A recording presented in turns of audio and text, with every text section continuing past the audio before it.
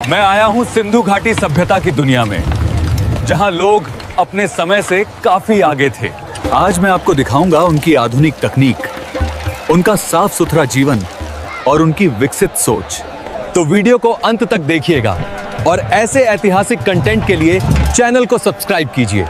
आज से हजारों साल पीछे चलें, एक ऐसे समय में जब दुनिया के अधिकांश हिस्से में इंसान सिर्फ शिकार और गुफाओं में शरण लेकर अपना जीवन बिता रहा था। उसी दौर में भारतीय उपमहाद्वीप के उत्तर पश्चिमी छोर पर एक ऐसी क्रांति की शुरुआत हो रही थी जिसने आने वाले समय में दुनिया की सबसे महान और व्यवस्थित सभ्यताओं में से एक की नींव रखी। यह कहानी केवल ईंटों और गारे की नहीं है, बल्कि यह कहानी है इंसानी जज्बे, बुद्धिमत्ता और प्रकृति के साथ तालमेल बिठाने की कला की, जिसे आज हम सिंधु घाटी सभ्यता या हड़प्पा सभ्यता के नाम से जानते हैं। उसका जन्म किसी एक दिन या एक साल में नहीं हुआ था। इसके पीछे सदियों का धीमा विकास और प्रयोगों की एक लंबी श्रृंखला थी। इस महान गाथा की पहली किरण आज से लगभग 9000 साल पहले यानी 7000 ईसा पूर्व के आसपास फूटती है। आज के पाकिस्तान के बलूचिस्तान प्रांत में बोलन दर्रे के पास एक जगह है मेहरगढ़। मेहरगढ़ वह प्रयोगशाला थी जहाँ दक्षिण एशिया के पहले किसानों ने खानाबदोश जीवन को छोड़कर एक जगह टिक कर रहना सीखा। यहाँ के लोगों ने पहली बार यह समझा कि जमीन से अनाज उगाया जा सकता है और जानवरों को केवल शिकार के लिए नहीं बल्कि दूध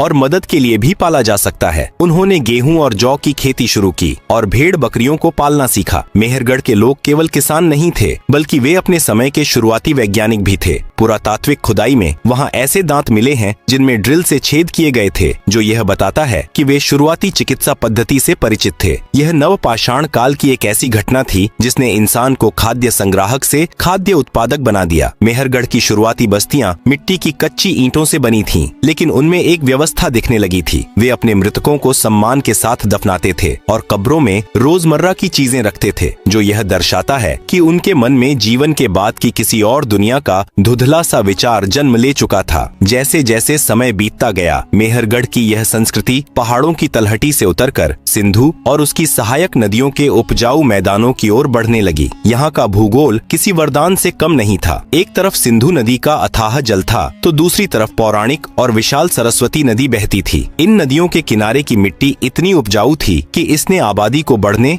और समुदायों को और अधिक संगठित होने का मौका दिया। यह वह दौर था जिसे इतिहासकार प्रारंभिक हड़प्पा चरण कहते हैं, जो लगभग 3300 ईसा पूर्व से 2600 ईसा पूर्व तक चला। इस चरण में हम देखते हैं कि छोटे छोटे गांव अब धीरे धीरे कस्बों में बदलने लगे थे। लोगों ने चाक पर सुंदर बर्तन बनाना सीख लिया था, जिन पर वे लाल और काले रंगों से जटिल डिजाइन बनाते थे। तांबे का इस्तेमाल शुरू हो गया था, जिसने पत्थरों के औजारों की जगह लेनी शुरू कर दी थी। लेकिन सबसे क्रांतिकारी चीज थी ईंटों का मानकीकरण। उन्होंने महसूस किया कि अगर बस्तियों को बाढ़ से बचाना है और इमारतों को मजबूती देनी है, तो एक निश्चित अनुपात की ईंटें बनाना जरूरी है। कोठरी, आमरी और कालीबंगन जैसी जगहों पर इस शुरुआती विकास के निशान आज भी मिलते हैं। यहाँ के लोगों ने व्यापार की अहमियत भी समझ ली थी। वे कीमती पत्थरों के लिए अफगानिस्तान तक का सफर करते थे। लेकिन इस गौरवशाली इतिहास को दुनिया के सामने आने में हजारों साल लग गए। 19वीं सदी के ब्रिटिश भारत में जब रेल की पटरियां बिछाई जा रही थीं, तो इंजीनियरों को जमीन के नीचे दबी हजारों पकी हुई ईंटें मिलीं। उस समय किसी को अंदाजा नहीं था कि वे दुनिया की सबसे प्राचीन शहरी विरासत के ऊपर खड़े हैं। चार्ल्स मेसन जैसे खोजियों ने पहले इन टीलों को देखा था, लेकिन असली धमाका 20वीं सदी की शुरुआत में हुआ। 1921 में दयाराम साहनी ने हड़प्पा और 1922 में राखालदास बनर्जी ने मोहनजोदड़ो की खुदाई शुरू की, जिसने इतिहास की किताबों को हमेशा के लिए बदल दिया। अचानक भारत का इतिहास सिकंदर के आक्रमण से पीछे जाकर सीधे ईसा से 3000 साल पहले पहुंच गया। प्रारंभिक हड़प्पा के इन 700 सालों ने वह आधार तैयार किया जिस पर भविष्य के महानगर खड़े होने वाले थे। सुरक्षा के लिए बस्तियों के चारों ओर दीवारें बनाना, अनाज को सुरक्षित रखने के लिए कोठार बनाना और व्यापार के लिए रास्तों का जाल बिछाना, यह सब इसी शुरुआती दौर की देन थी। ये लोग प्रकृति को अपना शत्रु नहीं बल्कि मित्र मानते थे और शायद यही कारण था कि उन्होंने जल प्रबंधन की ऐसी कला सीखी जो आज के आधुनिक युग के लिए भी एक मिसाल है। जब हम हड़प्पा सभ्यता के परिपक्व चरण की बात करते हैं, तो हम एक ऐसी दुनिया की बात कर रहे होते हैं जो आज से 4500 साल पहले ही भविष्य में जी रही थी। 2600 ईसा पूर्व के आसपास सिंधु घाटी की बस्तियों ने एक ऐसा रूप लेना शुरू किया जिसे देखकर आज के आधुनिक वास्तुकार और इंजीनियर शहर भी दांतों तले उंगली दबा लेते हैं। यह वह समय था जब मिस्र में पिरामिड बन रहे थे और मेसोपोटामिया में मंदिर खड़े किए जा रहे थे, लेकिन भारत की यह सभ्यता उन सब से अलग थी, जहां बाकी दुनिया अपने राजाओं के लिए आलीशान स्मारक बना रही थी। हड़प्पा वासी अपने नागरिकों के लिए दुनिया के सबसे व्यवस्थित शहर बना रहे थे। इन शहरों की सबसे बड़ी पहचान थी शहरी नियोजन। कल्पना कीजिए एक ऐसे शहर की जहां कोई भी सड़क टेढ़ी मेढ़ी नहीं थी। मोहनजोदड़ो और हड़प्पा जैसे महानगरों को एक व्यवस्थित ढांचे पर बसाया गया था। मुख्य सड़कें एक दूसरे को 90 डिग्री के समकोण पर काटती थीं, जिससे पूरा शहर शतरंज की बिसात जैसा दिखाई देता था। इन शहरों को मुख्य रूप से 2 हिस्सों में बांटा गया था। पश्चिमी हिस्सा एक ऊंचे चबूतरे पर बना था, जिसे गढ़ या दुर्ग कहा जाता था। यहाँ शहर की सबसे महत्वपूर्ण सार्वजनिक इमारतें थीं। दूसरा हिस्सा निचला शहर था, जो आकार में बड़ा था और जहाँ आम नागरिक, व्यापारी और कारीगर रहते थे। निर्माण कला में उनकी निपुणता का अंदाजा उनकी ईंटों से लगाया जा सकता है। पूरी सभ्यता में, चाहे वह शहर गुजरात में हो या पंजाब में, ईंटों का आकार और अनुपात बिल्कुल एक जैसा था। आज के समय में भी इतनी व्यापक एकरूपता लाना कठिन है। मोहनजोदड़ो में स्थित विशाल स्नानागार प्राचीन इंजीनियरिंग का एक चमत्कार है। यह केवल एक बड़ा जलाशय नहीं था, बल्कि इसे जलरोधी बनाने के लिए ईंटों के ऊपर प्राकृतिक राल की परत चढ़ाई गई थी, ताकि पानी का रिसाव न हो। इसके पास ही कपड़े बदलने के कमरे और गंदे पानी को निकालने के लिए एक निकास द्वार भी था। यह शायद किसी धार्मिक अनुष्ठान या सामूहिक स्नान के लिए इस्तेमाल होता था। दुर्ग के क्षेत्र में एक और विशाल इमारत मिली है, जिसे अन्नागार कहा जाता है। यही अनाज रखने का एक विशाल गोदाम था। इसके फर्श के नीचे हवा के आने जाने के लिए गलियारे बने थे, ताकि नमी अनाज को खराब न कर सके। यह उस समय की उन्नत खाद्य सुरक्षा व्यवस्था का प्रमाण है। लेकिन इन शहरों का असली अदृश्य चमत्कार जमीन के ऊपर नहीं, बल्कि जमीन के नीचे छिपा था। हड़प्पा वासियों ने दुनिया की पहली और सबसे उन्नत जल निकासी प्रणाली विकसित की थी। हर घर की एक नाली गली की मुख्य नाली से जुड़ी होती थी। ये नालियां पकी हुई ईंटों से बनी थीं और ऊपर से ढकी हुई थीं। सफाई के लिए जगह जगह ढक्कनदार मोरियाओं बनाई गई थीं। आज के कई आधुनिक शहरों में मानसून के दौरान जो जल जमाव की समस्या हम देखते हैं, वह 4500 साल पहले हड़प्पा में नहीं थी। यह स्वच्छता और स्वास्थ्य के प्रति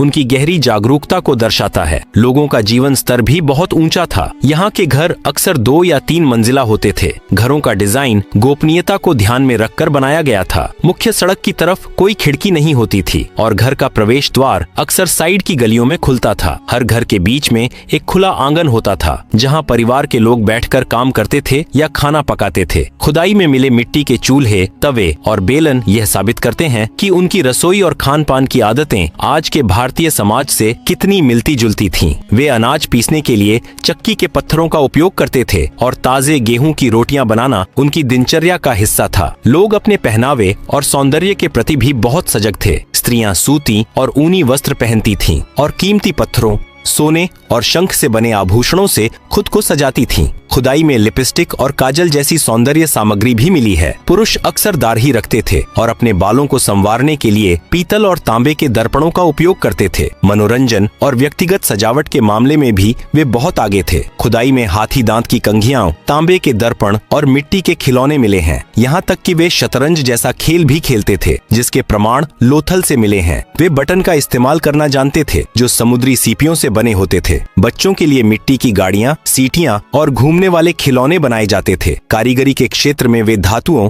विशेषकर कांसे के उस्ताद थे। मोहनजोदड़ो से मिली नर्तकी की मूर्ति उनके कलात्मक कौशल और धातु विज्ञान के ज्ञान का सबसे उत्कृष्ट उदाहरण है। हड़प्पा सभ्यता की महानता केवल उनके शहरों की 4 दीवारी तक सीमित नहीं थी। हकीकत में ये लोग दुनिया के पहले वैश्विक व्यापारियों में से थे। जब आज के विकसित देश अपने अस्तित्व की तलाश में थे, तब हड़प्पा के व्यापारियों के जहाजों के लंगर मेसोपोटामिया और ओमान की खाड़ी के बंदरगाहों पर डले होते थे। मेसोपोटामिया के प्राचीन सुमेरियन ग्रंथों में एक समृद्ध देश का जिक्र मिलता है, जिसे वे मेलुहा कहते थे। आधुनिक इतिहासकारों का मानना है कि यह मेलुहा कोई और नहीं, बल्कि सिंधु घाटी की यही गौरवशाली सभ्यता थी। व्यापार के इस वैश्विक नेटवर्क का सबसे बड़ा केंद्र था लोथल। गुजरात के खंभात की खाड़ी के पास स्थित लोथल दुनिया का पहला मानव निर्मित बंदरगाह था। यहाँ की इंजीनियरिंग इतनी सटीक थी कि ज्वार भाटा के समय जहाजों को नियंत्रित करने के लिए विशेष द्वारों का इस्तेमाल किया जाता था। हड़प्पा के साहसी व्यापारी अपने छोटे जहाजों के साथ अरब सागर की लहरों को चीरते हुए मगन और दिलमुन जैसे व्यापारिक पड़ीगहावों तक पहुँचते थे। मगन आज का ओमान है और दिलमुन आज का बहरीन। यहाँ से मनके, सूती कपड़े, हाथी दांत के सामान और कीमती लकड़ी सुदूर देशों को निर्यात की जाती थी। बदले में वे सोना, तांबा और कीमती पत्थर मंगाते थे। चन्हुदड़ो और लोथल जैसे शहर उस समय के औद्योगिक केंद्र थे, जहां मनके बनाने की बड़ी फैक्ट्रियां थीं। कीमती लाल पत्थर के सुंदर मनके उस समय पूरी दुनिया में प्रतिष्ठा का प्रतीक माने जाते थे। इस विशाल व्यापारिक साम्राज्य की सफलता के पीछे एक और बड़ा कारण था मानकीकरण। उन्होंने नापतौल की एक ऐसी सटीक प्रणाली विकसित की थी जो पूरी सभ्यता में एक समान थी। खुदाई में पत्थरों से बने बाट मिले हैं जो अक्सर घनाकार होते थे। ये बाट 1, 2, 4, 8, 16 के अनुपात में थे। उनका 16 का अंक भारतीय नाप प्रणाली में सदियों तक जीवित रहा। यह ईमानदारी और व्यापारिक विश्वास का वह पैमाना था जिसने मेलुहा के व्यापारियों को अंतर्राष्ट्रीय बाजार में एक विशेष पहचान दिलाई थी। लेकिन इस सभ्यता का सबसे बड़ा आकर्षण और सबसे बड़ी अनसुलझी पहेली है उनकी लिपि। हड़प्पा की खुदाई में अब तक हजारों ऐसी मोहरें मिली हैं जिन पर कुछ लिखा हुआ है। यह लिपि चित्रात्मक है, जिसमें सैकड़ों अलग अलग चिन्ह या संकेत हैं। विद्वानों का मानना है कि इसे दाईं से बाईं ओर लिखा जाता था, लेकिन अफसोस की बात यह है कि आज तक दुनिया का कोई भी विशेषज्ञ इस लिपि को पढ़ नहीं सका है। जिस दिन यह लिपि पढ़ ली जाएगी, उस दिन भारतीय इतिहास के ऐसे हजारों राज खुलेंगे जो आज भी मिट्टी के नीचे दबे हैं। इन मोहरों पर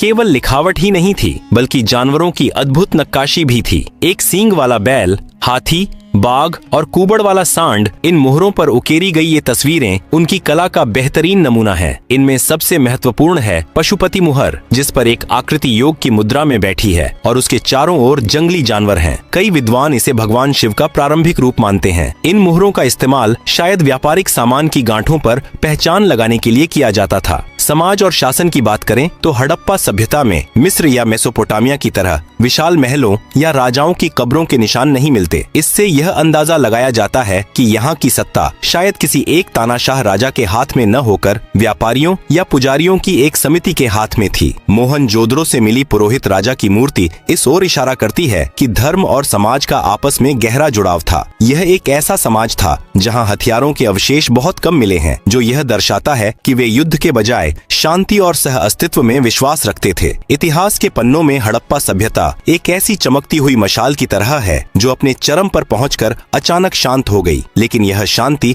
किसी एक दिन में नहीं आई थी। लगभग 1900 ईसा पूर्व के आसपास सिंधु घाटी के इन भव्य महानगरों में बदलाव के ऐसे संकेत दिखने लगे जिन्हें देखकर लगता है कि समय का पहिया अब उलटा घूमने लगा था। मोहनजोदड़ो और हड़प्पा जैसे शहरों की वह सख्त व्यवस्था, वह शतरंज जैसा ढांचा और वह स्वच्छता, सब कुछ धीरे धीरे बिखरने लगा। आखिर लाखों लोगों का वह समृद्ध साम्राज्य अचानक कहां गायब हो गया? शुरुआती दौर में इतिहासकारों ने बाहरी आक्रमणों को इसका मुख्य कारण बताया था। कहा गया कि बाहर से आए योद्धाओं ने इन शांति प्रिय शहरों को तहस नहस कर दिया। इसके सबूत के तौर पर मोहनजोदड़ो में मिले कुछ कंकालों का हवाला दिया गया, लेकिन आधुनिक शोध और पुरातात्विक खुदाई ने इस सिद्धांत को पूरी तरह खारिज कर दिया है। कंकालों पर युद्ध के घाव नहीं मिले, बल्कि वे किसी महामारी या प्राकृतिक आपदा का शिकार लग रहे थे। राखी गढ़ी में मिले कंकालों के डीएनए परीक्षण से यह भी साबित हुआ है कि यहाँ के लोग स्थानीय थे और बाहर से किसी आक्रमण के कोई ठोस प्रमाण नहीं मिलते। आज के विद्वान मानते हैं कि हड़प्पा का अंत किसी तलवार से नहीं, बल्कि प्रकृति के बदलते मिजाज से हुआ था। पतन की सबसे बड़ी वजह बनी जलवायु परिवर्तन। हड़प्पा सभ्यता का पूरा ढांचा नदियों पर टिका था। सिंधु और उस समय की विशाल सरस्वती नदी उनकी जीवन रेखा थी। 2000 ईसा पूर्व के आसपास मानसून के तरीके में भारी बदलाव आया। बारिश कम होने लगी और नदियां धीरे धीरे सूखने लगीं। सरस्वती नदी, जिसके किनारे हड़प्पा की सबसे अधिक बस्तियां बसी थीं, धीरे धीरे लुप्त होकर रेगिस्तान में खो गई। जमीन की उर्वरता कम होने लगी और बार बार आने वाले सूखे ने किसानों को लाचार कर दिया। पानी की कमी ने कृषि को बर्बाद कर दिया, जिससे शहरों का पेट भरना नामुमकिन हो गया। वहीं दूसरी ओर सिंधु नदी ने अपनी राह बदल ली, जिससे मोहनजोदड़ो जैसे शहर पानी से कोसों दूर हो गए। केवल सूखा ही नहीं बल्कि विनाशकारी बाढ़ ने भी अपना कहर बरपाया। चन्हूदड़ो और लोथल जैसे शहरों में मिट्टी की ऐसी परतें मिली हैं जो यह साबित करती हैं कि इन शहरों को बार बार भयानक बाढ़ का सामना करना पड़ा था। बार बार आने वाली आपदाओं ने प्रशासन की कमर तोड़ दी। संसाधनों पर दबाव इतना बढ़ गया कि लोगों ने शहरों को छोड़ना ही बेहतर समझा। यह सभ्यता अचानक खत्म नहीं हुई बल्कि इसका विसर्जन हुआ। लोग महानगरों को छोड़कर छोटे छोटे समूहों में पूर्व और दक्षिण की ओर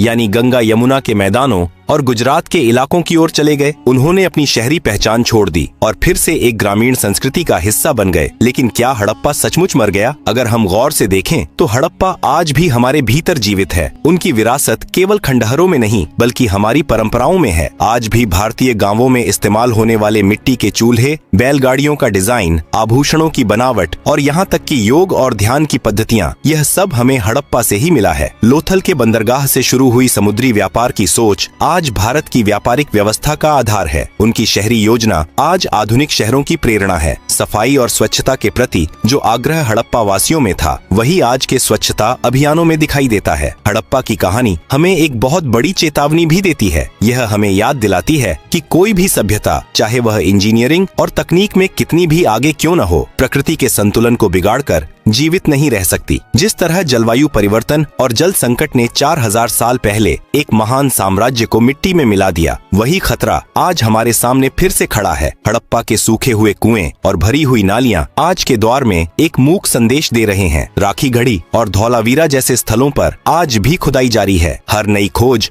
हमें अपने पूर्वजों के और करीब ले जाती है। हड़प्पा सभ्यता का इतिहास केवल अतीत की धूल नहीं है बल्कि यह भविष्य के निर्माण का एक ढांचा है। यह कहानी हमें सिखाती है कि महानता केवल ऊंची इमारतों में नहीं बल्कि एक व्यवस्थित और संवेदनशील समाज के निर्माण में होती है। हड़प्पा का उदय एक चमत्कार था, उसका अस्तित्व एक प्रेरणा है और उसका पतन इंसानियत के लिए एक शाश्वत सबक।